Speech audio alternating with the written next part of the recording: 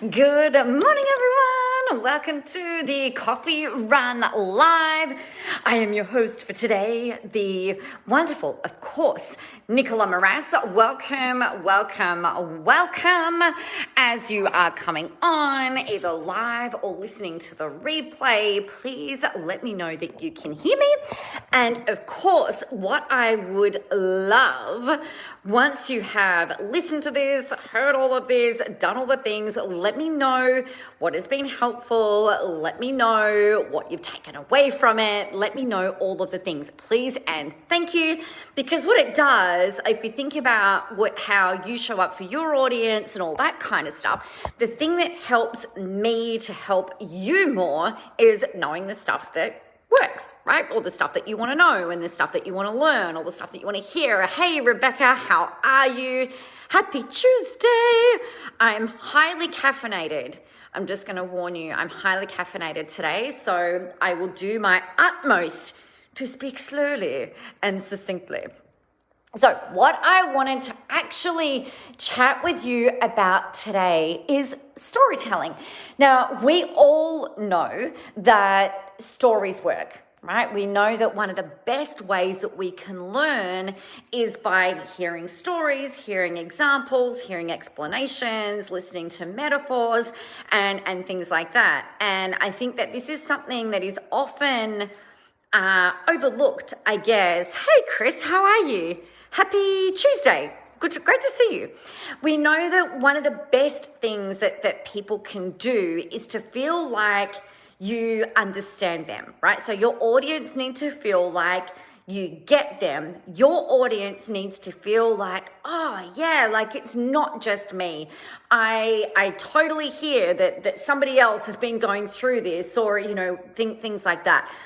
If we think about it, many people, there's a few different types of people, right, out there. Hi, Svetlana, great to see you.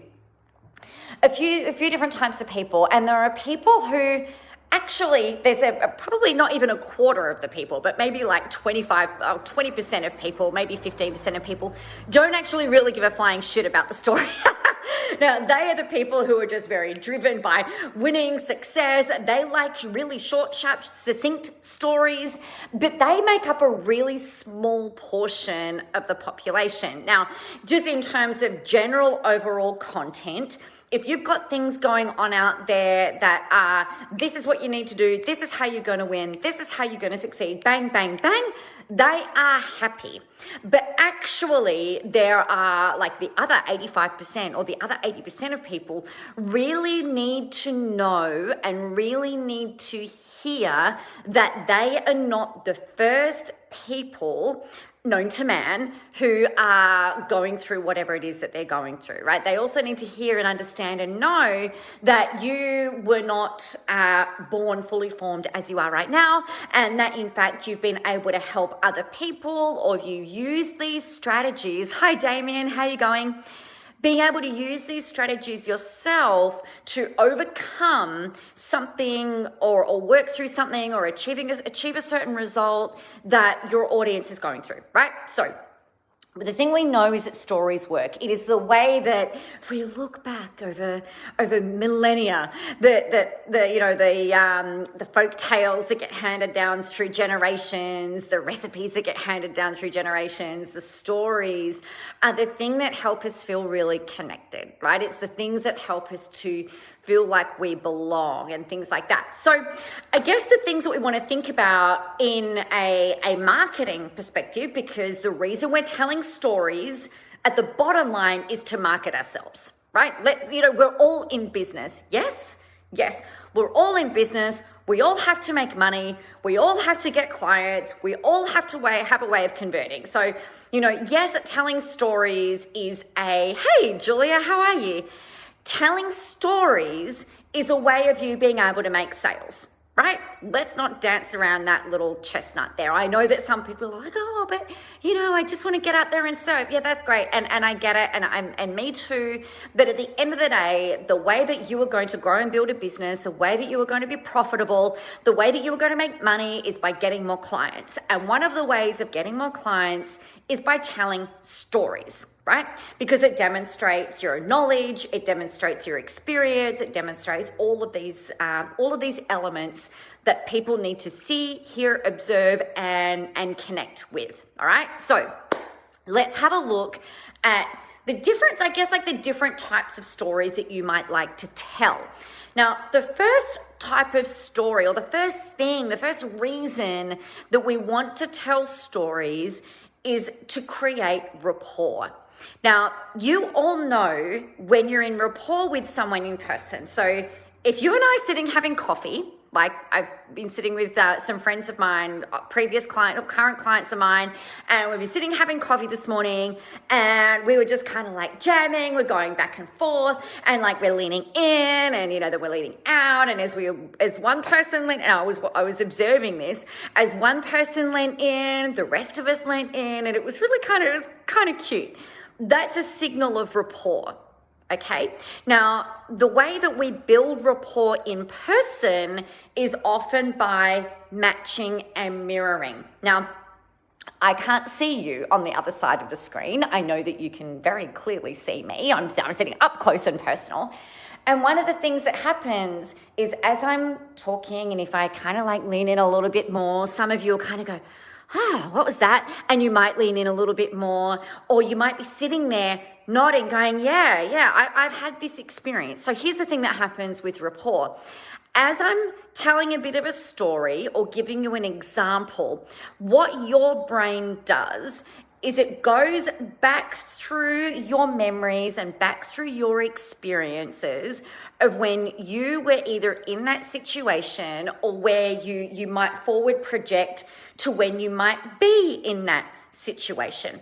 So if I'm talking about when I'm delivering a training, and this really cool thing that happens when you're in great rapport with someone, they can almost preempt what you're saying before you say it, right? This happens like with my husband and I all the time. I'll be saying something and then I can stop talking and then he'll finish my sentence for me. Or with clients, I'll be saying something and they're like, yeah. And then they'll finish their sentences. You guys have had that, right? Yes. Now, I'm sure some of you are sitting there going like, yes, actually, and you might be nodding your head. Yeah, or you might be leaning in, or you're connecting the dots to previous experiences that you've had where you've been in rapport with someone. One of a really cool experiment that you can do if you want to have a bit of a play with this in person is sitting across do it with your kids, because they kind of, or your partner or whatever, but I think doing it with your kids is really kind of fun because you can be sitting across the table from them. You can practice this at dinner time or at, maybe after dinner when you're sitting and you're having a chat around the table. Sit there and start talking and just kind of like lean in and go, so tell me what happened in this thing today, and see if they kind of lean in and mirror your body language. So mirroring body language is a really great way of being able to build rapport. Stories is another way of being able to build and create rapport online, particularly because I can't see you. So I've got to imagine that you're with me, right? That you're, as we're progressing through this live stream, I kind of feel like I'm holding your hand and we're moving along. Hi, Penny. We're moving along as the stories are being told and as the content's being delivered. So building rapport is a really great way. Shared experiences, shared history, even if we haven't been in the same situation, or a shared projected future is a great way of being able to create rapport. Another type of story, or I guess like one of the purposes of telling another story might be around entertaining. I think this is one of the most overlooked and probably underused type storytelling method, I guess, in marketing is the entertaining stuff.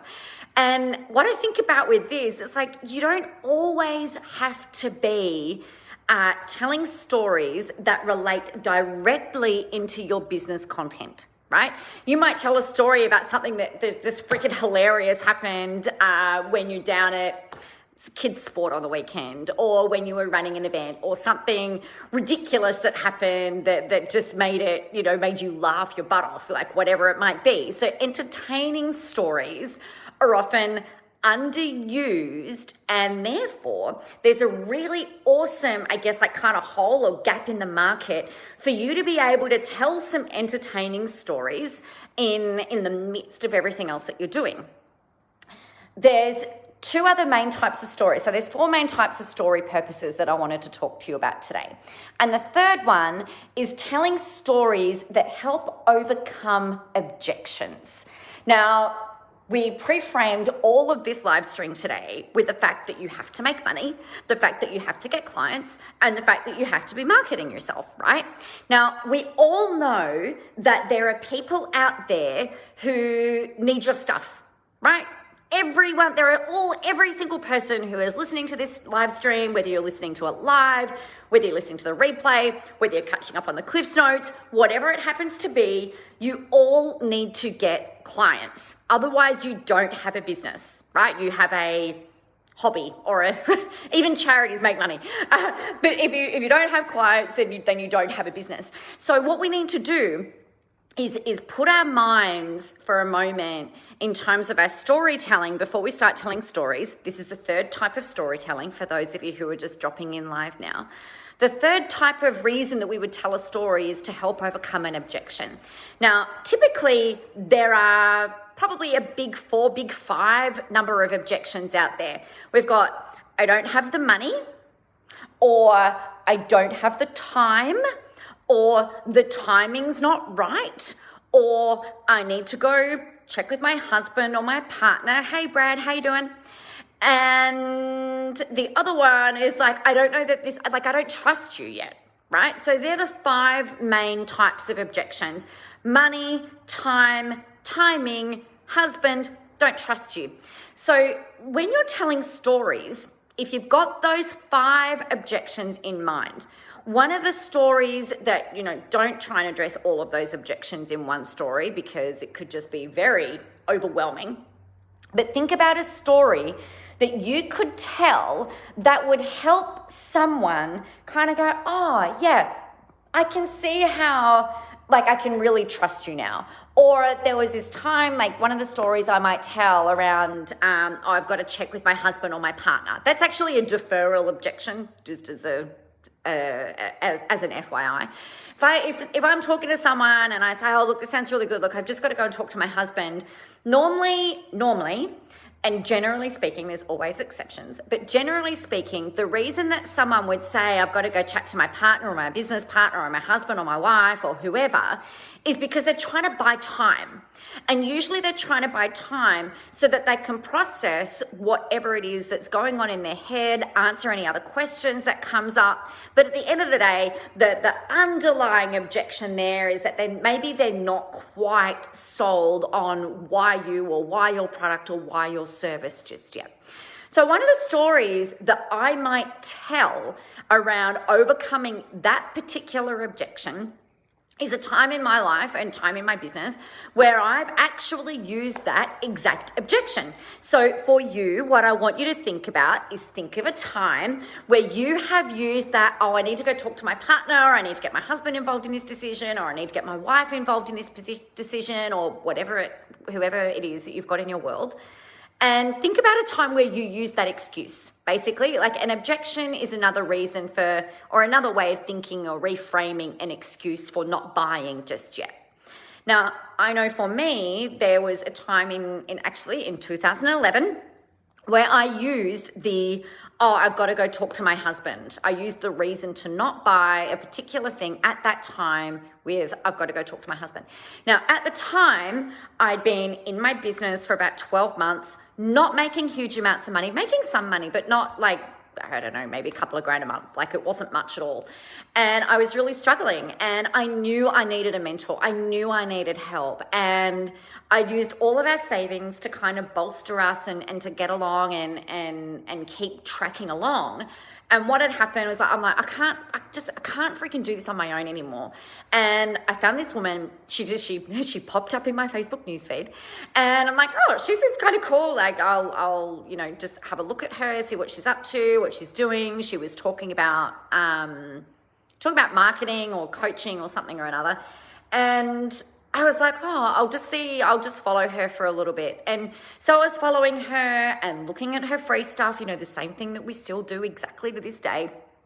And one of the things that I did, I ended up in a conversation with her, and she said, oh, look, I can help you. I've got this 12-month program and it's $1,000 a month. And I'm like, oh my God, that is a ridiculous amount of money. I barely am making, a couple of grand a month as it is. I understand the need, like logically, I understood the need that I had to invest in order to make money. I knew I needed help. But literally, if I'd committed to her at that exact moment in time on that call, I felt like if I committed to her, I would be taking money out of the household, and I wanted my husband's backing.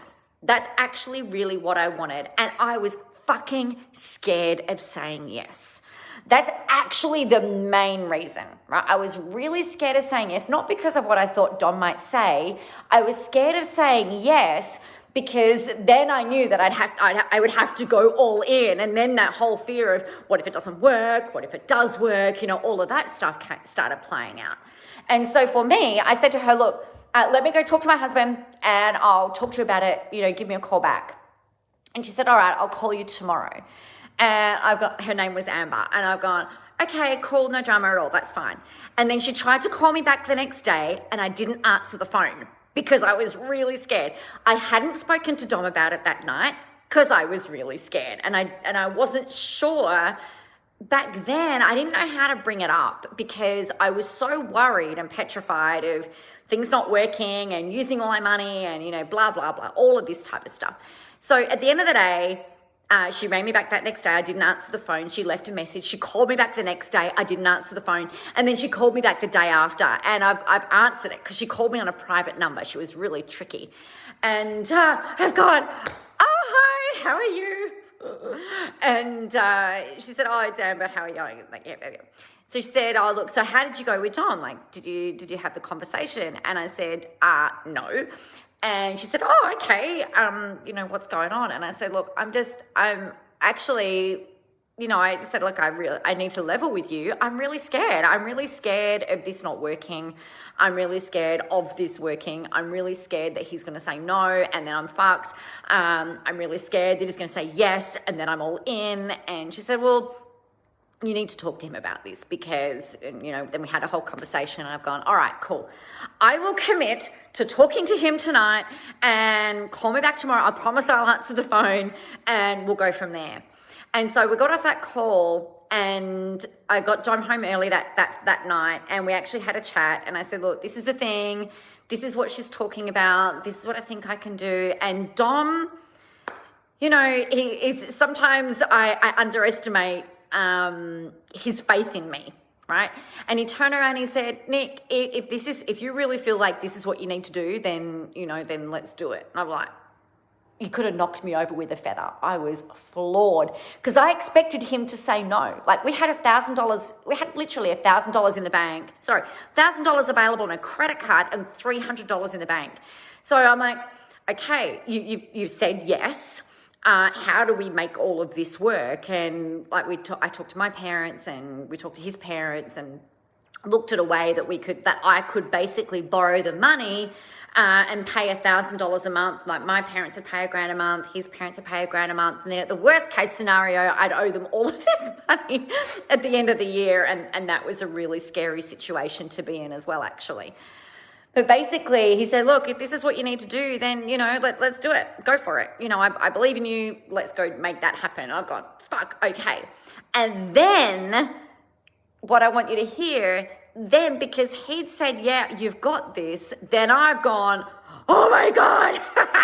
Now the decision's all on me, because I was totally prepared to blame him for saying no, right? And so get out of making my own choices and get out of making my own decisions. Oh, Dom said, no, I can't do it, blah, blah, blah. But that didn't happen. So the choice then landed fully on me. And so when she rang me the next day, she said, also, how did you go? And I've gone, oh my God, I want to vomit. He said yes. She said, okay, so what are you going to do? And I've gone, well, I have to say yes. Like, let's go. Let's do this. Meanwhile, I'm, vomiting in my mouth. almost literally, really scared.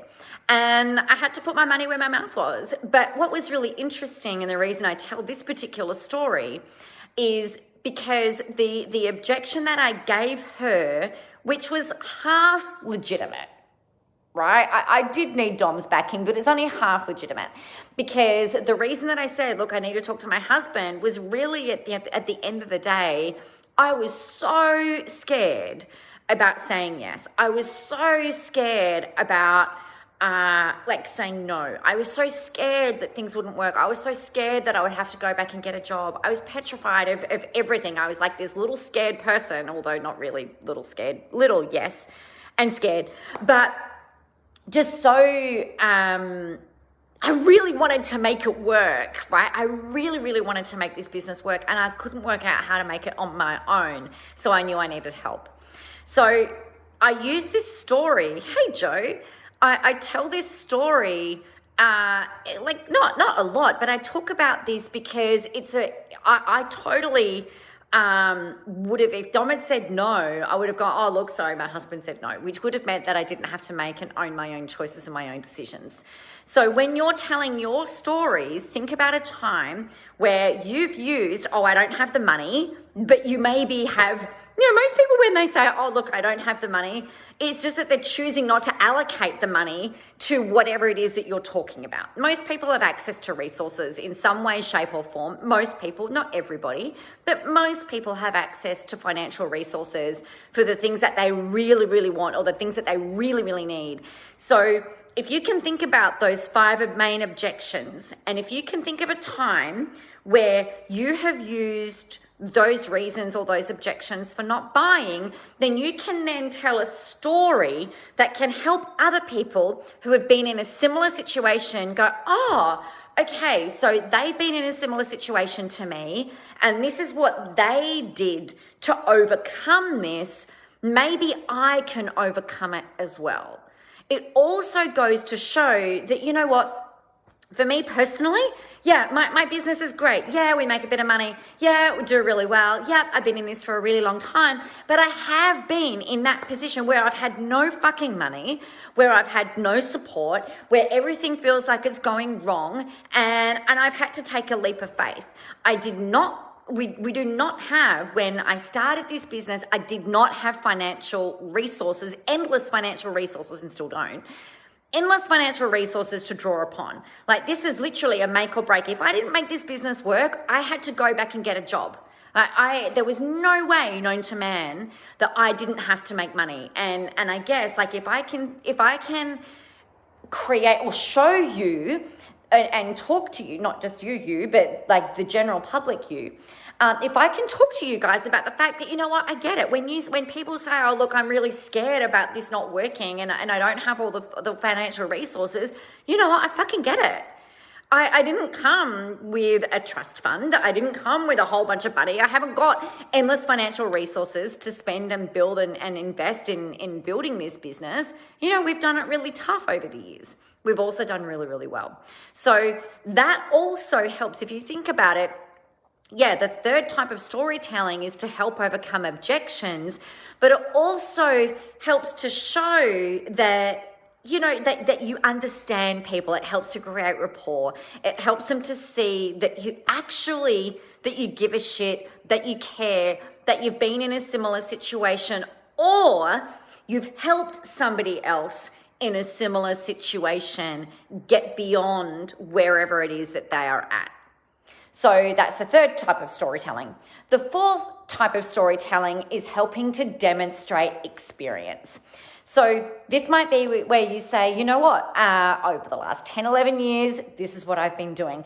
Over the last 3 years, this is how I've been helping people. So think about stories, excuse me, that you can tell, that you can tell or that you can share that helps to demonstrate experience. For example, I was asked the other day at roller skating how long I'd been skating for.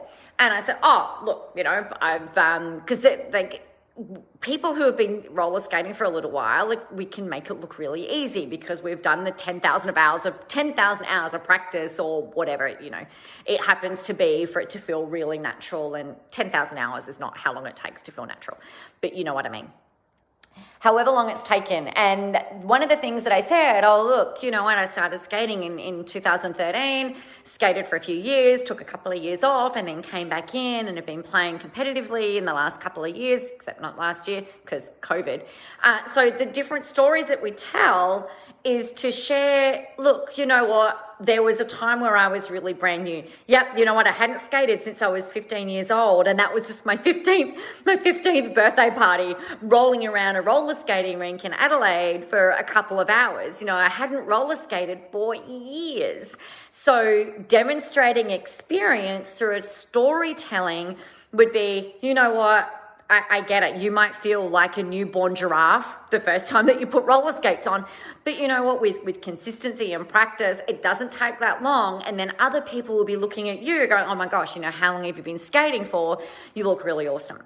So the fourth type of storytelling is demonstrating experience. So the bottom line that I really want you guys to hear today is I want you to tell more stories. Because these are the things that engage, these are the things that entertain, these are the things that help people see that, you know what, this person wasn't born fully formed. You know what, this person didn't know everything. You know what, this person works with other people who weren't born fully formed, who don't know everything, and they've been able to progress forward in different types of ways. So that's what I'm throwing down the challenge for you to do, is to tell more stories. Please, please, please.